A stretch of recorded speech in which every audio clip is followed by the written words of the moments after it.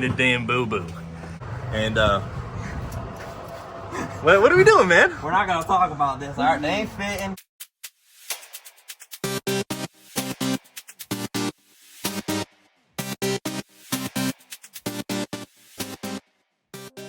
What's up, guys? Welcome back to the channel. Jack just reminded me, yo, you should probably be videotaping this, and that's what I'm doing. He got new 2-inch headers by Speed Engineering. They look pretty. And what are we doing, man? We're not gonna talk about this, alright? They ain't fitting, so we're making them fit, alright? So when in doubt, throttle out, alright? That's what I was always taught. He's doing some makeshift stuff. He got these 2-inch headers, which means I get his old headers, which are the 1 7/8, and I'll be taking mine off, which are 1 3/4. So not much of a difference, but maybe enough to do something. It's enough to make it look pretty. Exactly. This thing's almost back up and running, right? Just about. Now we can do it more better. Need a 2-inch. And then some gappage. And a little bit of nitrous. Just a little 250 shot. This is like Cleater McCedar approved right here. When in doubt, you just figure. Cleater would be happy. Yeah, he'd be like, "Oh, you can't get your exhaust on. Just grab the forklift." That's exactly how you get her done. Maybe. Oh.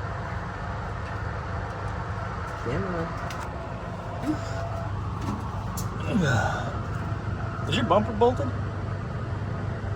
Bumper maybe, core support probably not. All right, we're not here to get technical. All right. I was trying to get a better angle. Trust me, you gotta work with the dangle. Angle and dangle. Also, I could have sworn that side was a 10. You want the flash on? You gonna flash me? I can. Ooh. You don't. So, if anybody doesn't know, it's because the Speed Engineering exhaust got collapsed because this bitch is about ½ an inch off the ground. Like, it doesn't even come off the lip. The lip's all the way down right now, in case anybody was wondering. She a little low, you know? But hey, we ain't sending it, we ain't winning it, so. Okay, well, that ain't gonna work either. So now. Here, just hold it on the wiring harness. Yeah, just fucking rip all this off. Rip all that. Put it behind the harness. Oh no, but it's on the bracket then. This would have been so much easier if I'd have just taking the exhaust off? Yeah. That's probably what I'm going to be doing. Don't worry, there's not a single exhaust hanger connected on this entire exhaust cable. Not one. Not literally not a single one.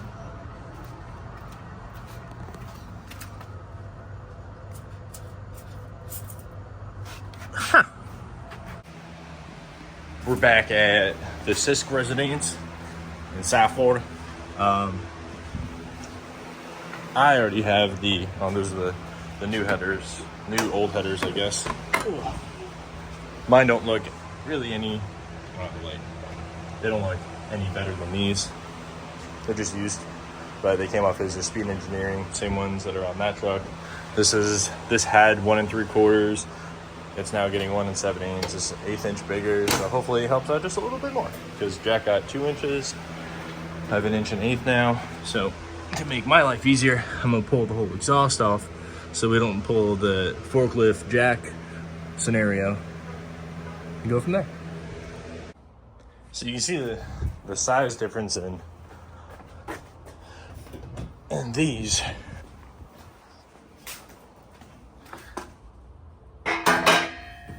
Yeah, maybe you can't really see too much. But this is 1 3/4. Those are 1 7/8. So hopefully it picks up a little bit with that. If not, whatever. Oh shit. So I did an absolute terrible job of videotaping me taking this exhaust out, only because it was an absolute nightmare. Would you like to videotape it going in? Yeah, well, I'm doing that right now. rudely interrupted. I had to take the whole exhaust comes out, but to get that, you have to take the cross member out for the transmission. And right now, Brackless Raquel has my transmission jack, so I had to use this, which is fine, but I had to take the whole out so I can get the Y pipe out, or the X pipe, crossover, and do it that way. It was a pain. Now we can put these in. I didn't catch it on video, but I made a damn boo-boo. So, I was working on the bolts for the center part of the header. Dropped the bolt, fell right on the starter, started arcing, and I know it doesn't look bad, but it started to melt and weld itself to the actual wrench, so just disconnected the battery. And hopefully, I didn't blow the starter up doing the freaking header swap. So, that's where we're at today, boys. We're having fun, right? You want to redo that? No. Because you said bolt, not starter. Don't even know what you're doing. You ever work on cars? I dropped this on the starter. It was on the bolt on the starter. You said... What did I say? I think you said you dropped the bolt. I dropped the wrench on the starter. Thank you for correcting me. It's on video, so we can go back and see. I'll include it either way. Fine. This whole discussion. Call Jimmy. Jimmy. Well, the headers are in. Hopefully the starter isn't smoked. I haven't double checked. But both sides are in, they're bolted in. Now I need to work on the actual exhaust, which was probably the hardest part. It's just really tight. It has good fit in it, it's just really tight in there. So I'm gonna go work on this and I'll catch back up with you guys in a moment. You're not gonna be able to see this, are you? The whole exhaust is back in. All good. Pablo was like, yo, I'm hungry. I'm like, yo, me too. This man.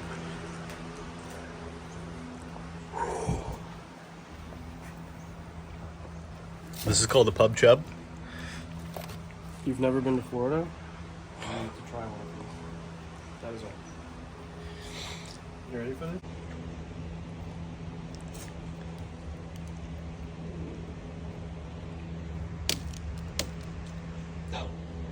We lost some. Almost ready to work on a truck now.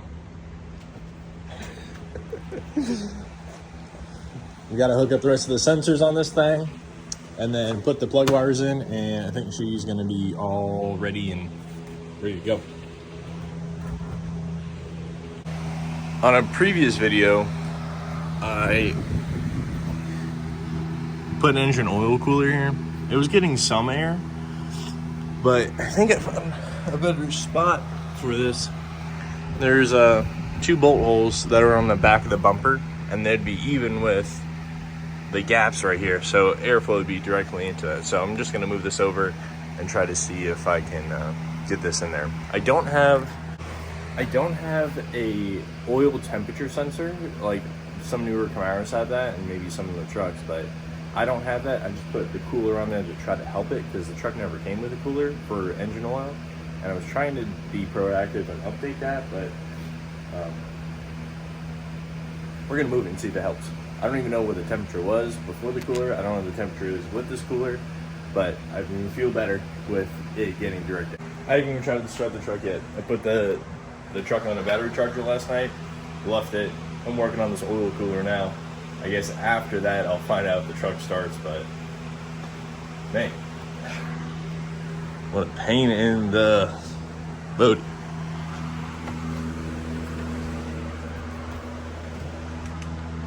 Yeah, so this side, oh, I forgot to even put that back up. That would have been catastrophic.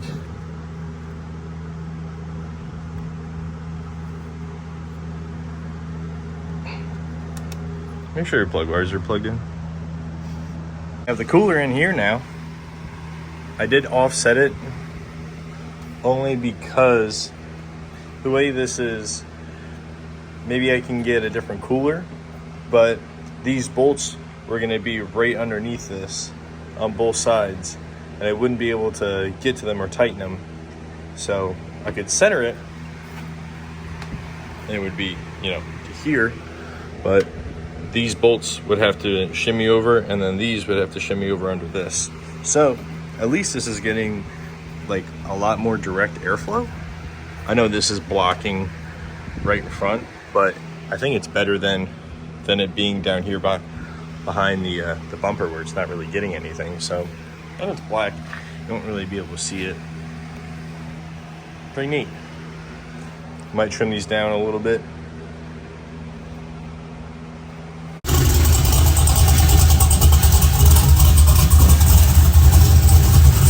So it didn't smoke the battery or the starter, but so the new headers are in. Well, new old headers.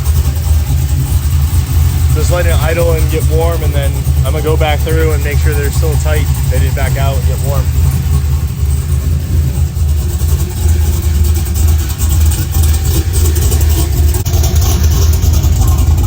Woo-wee! Dude. Well guys, thanks for watching. This video took a little bit longer than I anticipated. I wanted to get this one out and like done for you guys, but I was hoping to get my wheels, and I finally got the one, but I had to do some other stuff and finally got it. And tomorrow I believe I'm going to get it mounted and balanced to at the shop, and then I can throw it on the pickup truck because the rear's already done, but I wanted to do the whole shebang all at one time, you know, the front and rear wheels. So hopefully next video I can put them on. So like and subscribe, and I'll catch you guys next time. See you guys later.